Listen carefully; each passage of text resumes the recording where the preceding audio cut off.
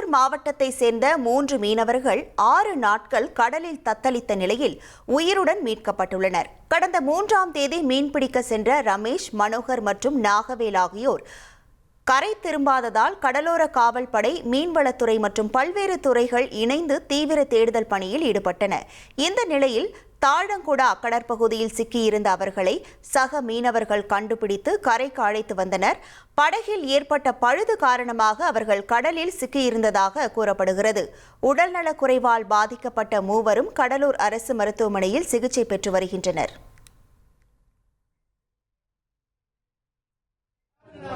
அப்பெல்லாம் இல்லாத நாக்கில் வரைச்சி உப்பு தண்ணி குடித்தோம். அப்புறம் நாகவேல், அப்புறம் எப்படி சொல்றது வீரியம் சொல்லக்கூடாது, இருந்தாலும் அது கஷ்டம். உப்பு தண்ணி நாக்கு அதை எடுத்து நாங்கள் சூடு காட்டி குடிச்சோம். கஷ்டப்பட்டோம். இன்னும் ஒரு டைம் இல்லைன்னா போயிடலாம். இனி செல்லும் இடமெல்லாம் செய்தி.